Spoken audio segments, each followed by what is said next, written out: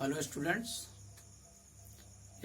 Last lecture में हम लोग पढ़े थे किसी वैद्युत द्विध्रुव को वैद्युत क्षेत्र की दिशा में या किसी भी पोजीशन में घुमाने में किए गए कार्य की वैल्यू निकाल लेते हैं। यानी किसी वैद्युत द्विध्रुव को वैद्युत क्षेत्र में घुमाया जाए तो कितना कार्य करना पड़ेगा, ये चीज हम लोग पॉइंट आउट किए थे। स्टूडेंट्स आज के लेक्चर में हम लोग पढ़ेंगे वैद्युत क्षेत्र में वैद्युत द्विध्रुव की स्थितिज ऊर्जा, है ना। इसके पहले स्थितिज ऊर्जा का कॉन्सेप्ट एक बार और आया था, उसमें आप लोग क्या पढ़े थे? किसी वैद्युत निकाय की स्थितिज ऊर्जा। वहां पे हम लोग क्या पढ़े थे?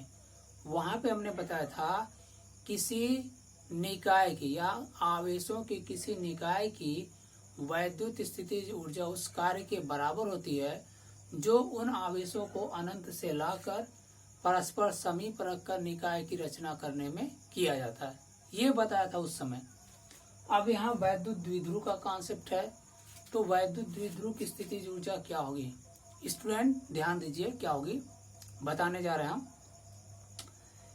किसी वैद्युत क्षेत्र में वैद्युत द्विध्रुव की स्थितिज ऊर्जा उस कार्य के बराबर होती है जो वैद्युत द्विध्रुव को अनंत से वैद्युत क्षेत्र में लाने में किया जाता है ना। लिख दे रहे हैं इसको क्या कि वैद्युत क्षेत्र में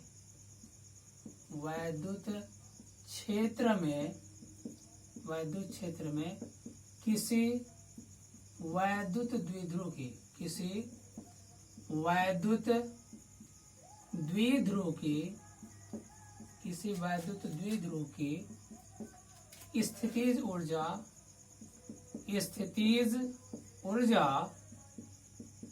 उस कार्य के बराबर होती है, जो वैद्युत द्विध्रुव को अनंत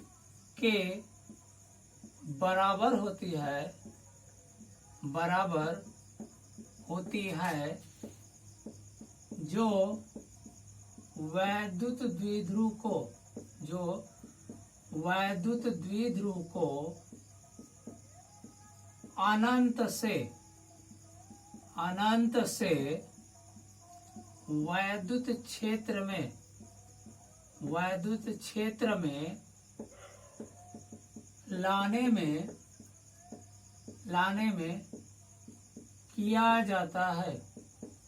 लाने में किया जाता है।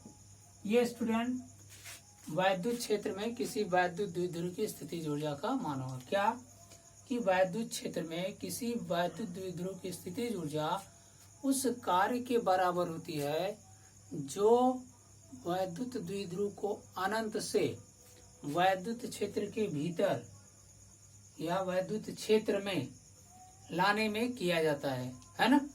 अब मान लिया जाए कि माना वैद्युत क्षेत्र ई में क्या है, माना एक वैद्युत द्विध्रुव जो -q व +q आवेशों से मिलकर बना है और जिसका आघूर्ण क्या है, वैद्युत क्षेत्र की दिशा में, यानी इस दिशा में क्या होगी, वैद्युत क्षेत्र की दिशा होगी। फिगर हम थोड़ा सा क्लियर बना दे रहे हैं, और है ना, देखिए क्या बनाने जा रहा है। मान लिया गया कि एक वैद्युत द्विध्रुव जो -q व +q आवेशों से मिलके बना है, इसकी लंबाई क्या है, 2l है, लंबाई 2l है। अब क्या, इसका आघूर्ण P क्या होता है, -q से +q आवेश, और ये किस दिशा में है, जिस दिशा में वैद्युत क्षेत्र की दिशा है, यानी ये वैद्युत क्षेत्र की दिशा हम मान ले रहे हैं, वैद्युत क्षेत्र की दिशा ही, ठीक। क्या माना कि माना एक वैद्युत द्विध्रुव जो -q व +q आवेश से मिलकर है तथा जिसका आघूर्ण P है को अनंत से, मान लीजिए यहाँ से ऐसा डिस्टेंस हम दिखा दे रहे हैं, ठीक। यह डिस्टेंस अनंत मान लीजिए, अनंत, ठीक, इन्फिनिटी। अब क्या है स्टूडेंट, देखिए जब इस वैद्युत द्विध्रुव को अनंत से, ठीक है ना, वैद्युत क्षेत्र में लाते हैं तो क्या होगा, +q आवेश पर क्या करता है, ठीक है। अगर ये वैद्युत द्विध्रुव वैद्युत क्षेत्र में क्या स्थित है, तो इस वैद्युत क्षेत्र के कारण प्लस क्यू वाले आवेश पर वैद्युत क्षेत्र की दिशा में बल लगेगा और माइनस क्यू आवेश पर वैद्युत क्षेत्र की विपरीत दिशा में बल लगता है। बल विपरीत है लेकिन परिमाण में बराबर होते हैं, ठीक है ना। देखिए, अगर कोई वैद्युत क्षेत्र अगर कोई वैद्युत द्विध्रुव वैद्युत क्षेत्र में स्थित है तो क्या होगा, उसके प्लस क्यू वाले आवेश पर वैद्युत क्षेत्र की दिशा में बल लगेगा वैद्युत क्षेत्र के कारण, और माइनस क्यू पर वैद्युत क्षेत्र के विपरीत दिशा में बल लगेगा। ठीक, अब देखिए, जब अनंत से इसी वैद्युत द्विध्रुव को हम वैद्युत क्षेत्र में लाते हैं तो जो प्लस क्यू वाला आवेश है उस पर बल इधर लग रहा है ना, तो लाने में इधर लाएंगे तो बाह्यकर्ता द्वारा कार्य करना पड़ेगा। ठीक, जबकि जब माइनस क्यू को ला रहे इधर तो क्या करेगा, चूंकि इस पे लगने वाला बल इसी दिशा में है तो इसलिए क्या होगा, वैद्युत क्षेत्र इस पे स्वयं कार्य करता है, यानी माइनस क्यू आवेश वाले पर वैद्युत क्षेत्र के द्वारा बल लगता है। अब देखिए, इस पर लगने वाले बल की दिशा इस दिशा में है, इस पर लगने वाले बल की दिशा इस दिशा में है, तो क्या होगा, जो कार्य करेंगे इसको लाने में, मान लीजिए, देखिए, अब देखिए, इस वाले को यहाँ तक यानी प्लस क्यू आवेश को अनंत से लाकर यहाँ तक रखने में इतना ही कार्य करना पड़ेगा, यहाँ तक लाने में कार्य डब्ल्यू, ठीक है ना। तो जब प्लस क्यू को यहाँ तक लाएंगे तो माइनस क्यू को भी तो यहाँ तक लाएंगे। ठीक, तो चूंकि ये विपरीत दिशा में लग रहा है बल, इस पे इसका वर्क जो है निगेटिव मिलेगा, और ये क्या होगा, विस्थापन भी इसी दिशा में ले जा रहे हैं, बल भी इसी दिशा में लग रहा है इस वाले पे, तो इसका पॉजिटिव होगा। ठीक, सेम वर्क, पॉजिटिव और निगेटिव कैंसिल। अब देखिए, यहाँ तक लाने में जो टोटल वर्क डन है वो 0 होगा। देखिए, इसके कारण प्लस में इस पर इसको लाने में किया गया कार्य माइनस डब्ल्यू, और इस वाले को लाने में यहाँ तक प्लस डब्ल्यू, आपस में कैंसिल। देखिए, यही डिस्टेंस 2l बढ़ रहा है ना, तो जब ये डिस्टेंस 2l बढ़ रहा है तो इस माइनस क्यू वाले आवेश को फिर यहाँ से यहाँ तक जो ले जा रहे हैं वर्क डन मिलेगा। मान लीजिए सपोज दैट डब्ल्यू डैश ऐसे ही मान ले रहे हैं, जो वर्क डन यहाँ से यहाँ तक लाने में कार्य करना पड़ा वही वर्क डन क्या होगा, इस वैद्युत द्विध्रुव की स्थिति जो ऊर्जा होगी। बात समझ में आना स्टूडेंट? भाई ये वर्क तो कैंसिल आउट हो जा रहा है ना, इन दोनों आवेशों को जब अनंत से यहाँ तक लाएंगे, इसको लाने में नेगेटिव वर्क और इस वाले को यहाँ तक लाने में यहाँ से उतना ही पॉजिटिव वर्क, तो कैंसिल हुआ ना पॉजिटिव नेगेटिव। बाकी अब क्या होगा, इसको तो यहाँ यहीं पे छोड़ देना है, बाकी माइनस वाले को यहाँ तक ले जाना है ना 12 डिस्टेंस, और तो अतिरिक्त दूरी इतना चलना पड़ा, ठीक है ना। अब बाकी क्या हुआ, इसका अब कोई मतलब नहीं रहा, तो क्या हो गया, इस वैद्युत मान लिया गया कि माना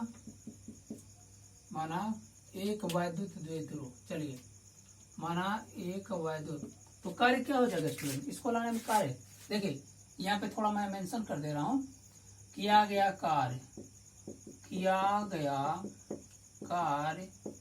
W बराबर क्या मिल जाएगा स्टूडेंट सॉरी, क्या होगा, माइनस क्यू आवेश पर बल गुणे क्या होगा, अतिरिक्त दूरी, ये होगा ना, यही अतिरिक्त दूरी 2l चल रहा है। अब देखिए कैसे, मान लिया गया, माना एक वैद्युत द्विध्रुव,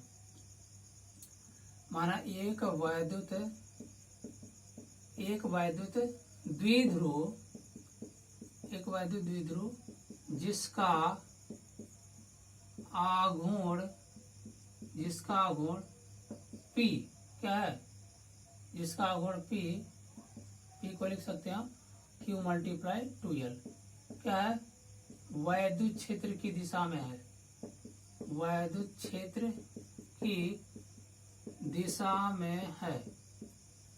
ठीक, वैद्युत क्षेत्र की दिशा में है। जब क्या करते हैं, वैद्युत द्विध्रुव, जब वैद्युत द्विध्रुव क्या है, वैद्युत, या ऐसे लिख सकते हैं, वैद्युत क्षेत्र के कारण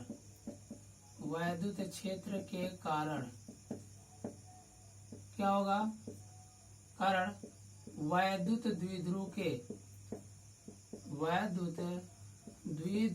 के माइनस क्यू, सॉरी पहले प्लस वाला लिख दे, प्लस क्यू आवेश पर बल क्या होगा स्टूडेंट, बल एफ क्या होगा, आप पढ़े हैं E is equal to F upon Q, formula पढ़े हैं ना, F is equal to E into Q लिख सकते हैं ना। यही देखिए एफ ई इंटू क्यू क्या लगेगा, देखिए वैद्युत क्षेत्र के विपरीत दिशा में, या लिख सकते हैं ई के विपरीत दिशा में, ई के विपरीत दिशा में, ठीक, और माइनस क्यू आवेश पर बल क्या होगा, ये भी इतना ही लगेगा ई की दिशा में, ठीक है ना। अब क्या होगा स्टूडेंट, अब क्या, वैद्युत द्विध्रुव को, वैद्युत देखिए प्लस क्यू आवेश पर जो बल लग रहा है विपरीत लग रहा है इस वाले के, तो प्लस क्यू आवेश को यहाँ तक लाने में कर्ता द्वारा काम करना पड़ेगा, जबकि माइनस क्यू वाले को लाने में वैद्युत क्षेत्र स्वयं कार्य करता है, ठीक। अतः वैद्युत द्विध्रुव को वैद्युत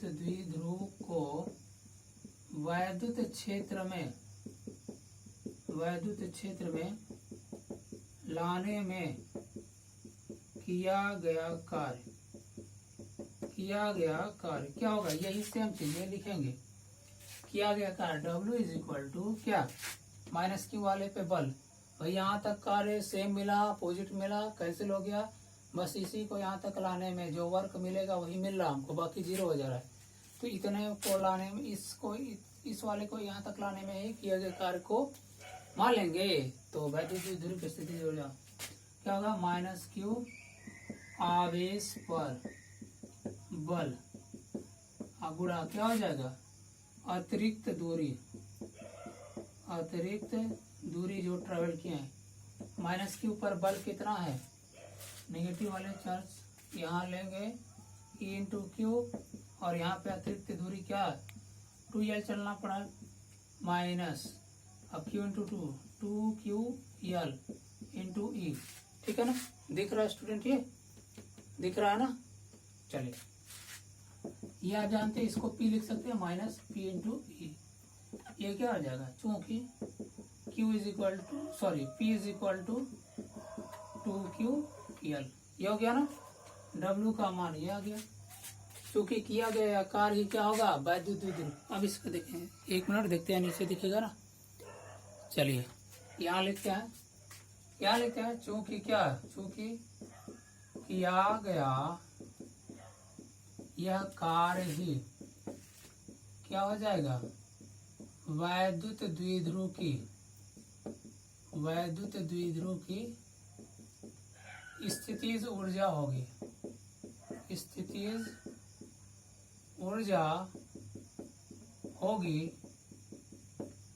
जब क्या है, स्थितिज ऊर्जा आप लिख सकते हैं U0 इसको होगी, ठीक है ना, क्योंकि क्या वैद्युत द्विध्रुव वैद्युत क्षेत्र की दिशा समांतर है, इसलिए U0 इज इक्वल टू क्या आ गया, माइनस P इंटू ई आ गया, ये फार्मूला मिल गया ना।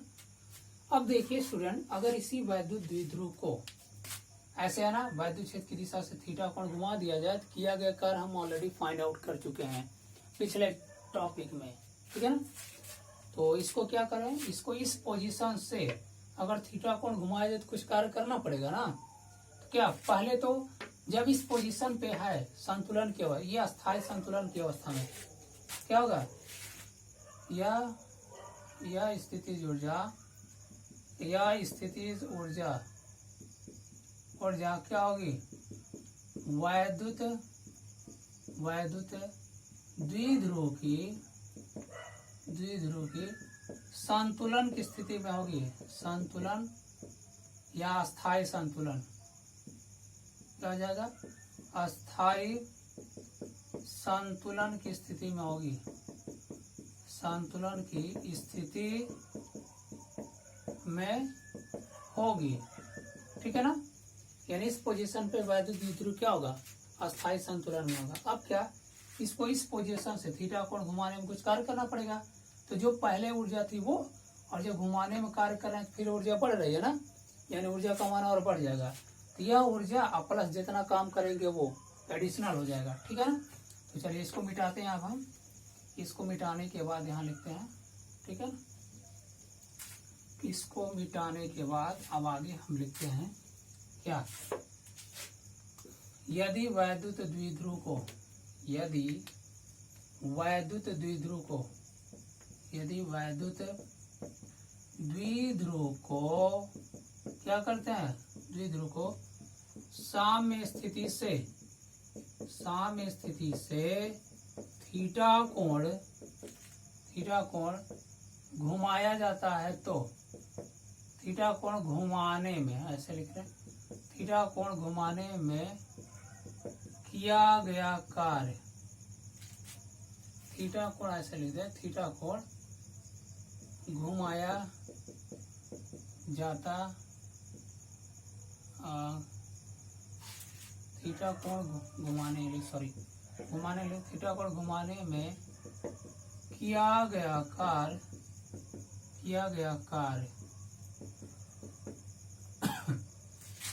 डब्ल्यू डैश मान ले रहे हैं, डब्ल्यू भी मान सकते हैं, डब्ल्यू डैश हो तो क्या आ जाएगा, W dash is equal to PE 1 minus cos theta. Student already find out कर चुके हैं, लास्ट वीडियो में हमने एक्सप्लेन किया था। किसी को कंफ्यूजन होगा तो लास्ट वीडियो देख लेगा। अब क्या होगा, अतः क्या होगा, इस स्थिति में यानी वैद्युत द्विध्रुव की, वैद्युत द्विध्रुव की, वैद्युत द्विध्रुव की क्या होगा, वैद्युत क्षेत्र से, वैद्युत क्षेत्र से थीटा कोण की स्थिति में क्या होगा, स्थितिज ऊर्जा क्या हो जाएगा student, U is equal to U theta, theta position में यू थीटा लिख देते हैं, क्या होगा U not plus W dash, U not की value minus P into E, और W डैश की ये PE 1 minus cos theta, minus PE multiply करो PE, यहाँ अंदर फिर माइनस PE कॉस थीटा, ये कैंसिल, इससे ये बच गया minus PE cos theta, U theta का वैल्यू। ये क्या है स्टूडेंट, यही जनरल फार्मूला है, यही क्या है, वैद्युत द्विध्रुव की स्थितिज ऊर्जा का व्यापक सूत्र है। यही क्या है, यही वैद्युत द्विध्रुव की स्थितिज ऊर्जा का व्यापक सूत्र है, दिख रहा है ना, ठीक है, व्यापक सूत्र है, ठीक है। यहाँ तक तो क्लियर हो गया होगा, कोई प्रॉब्लम नहीं है स्टूडेंट, यहाँ तक तो क्लियर हो गया होगा, कोई प्रॉब्लम नहीं होना चाहिए। अब इसके बाद देखिए, यहाँ तक तो सब कुछ ओके।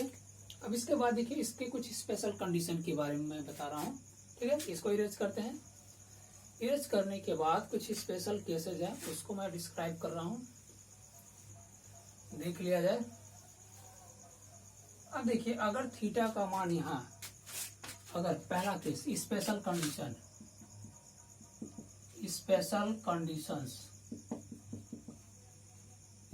कंडीशंस में देखिए क्या हो जाएगा। स्पेशल कंडीशंस में देखिए, अगर ये थीटा का मान 90 डिग्री करें, 0 डिग्री करें, 180 डिग्री, तो क्या वैल्यू मिलेगा। पहला केस, यदि वैद्युत द्विध्रुव क्या होगा, वैद्युत क्षेत्र के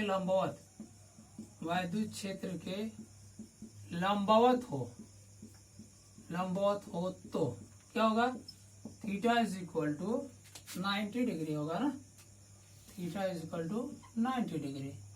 अब इस कंडीशन में देखिए क्या होगा, इस कंडीशन में अगर बात किया जाए तो क्या होगा, u 90 degree is equal to क्या होगा, इसमें वैल्यू रखो, थीटा का value 90 degree minus PE cos 90 degree. तो माइनस पी cos 90 की वैल्यू 0 होती है, since cos 90 degree equal to 0, तो 0 से मल्टीप्लाई करेंगे 0 होगा।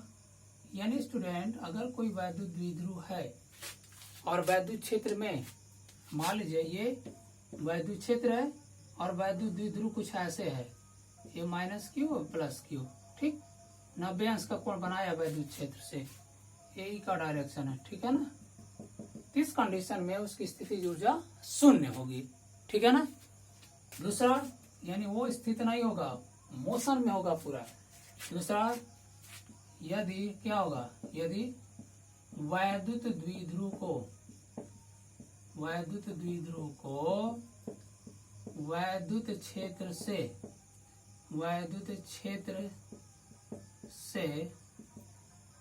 180 अंश या वैद्युत क्षेत्र की दिशा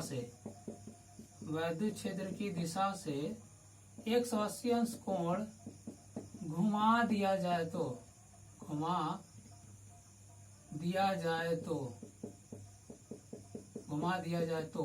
क्या होगा, theta is equal to 180 degree. It means क्या होगा, u का वैल्यू u 180 डिग्री क्या हो जाएगा, इस वाले में थीटा की जगह 180 रखो, minus PE cos 180 degree, minus PE cos 180 का वैल्यू स्टूडेंट क्या होता है, -1, यहाँ लिख दो, since cos 180 is equal to -1। अब माइनस माइनस क्या होगा, प्लस, यानी क्या होगा, पी u 180 डिग्री। ये स्पेशल कंडीशन थे, यानी अगर वैद्युत द्विध्रुव क्षेत्र के लंबवत है तब उसकी स्थितिज ऊर्जा शून्य, वैद्युत क्षेत्र की दिशा है ये, ऐसे 180 अंश कोण से घुमा दिया जाए तब वैद्युत द्विध्रुव की स्थितिज ऊर्जा प्लस पीई होगा। और क्या होगा, बैलेंस कंडीशन में माइनस पीई होता है, और ये जनरल इक्वेशन हो गया, ठीक है ना। तो ये कॉन्सेप्ट क्लियर हो गया, और बाकी स्टूडेंट नेक्स्ट लेक्चर में हम नेक्स्ट टॉपिक के साथ रिप्रेजेंट होंगे। ओके स्टूडेंट्स, तो आज के लिए बस इतना, आज मैं यहीं पे क्लोज करता हूँ स्टूडेंट्स।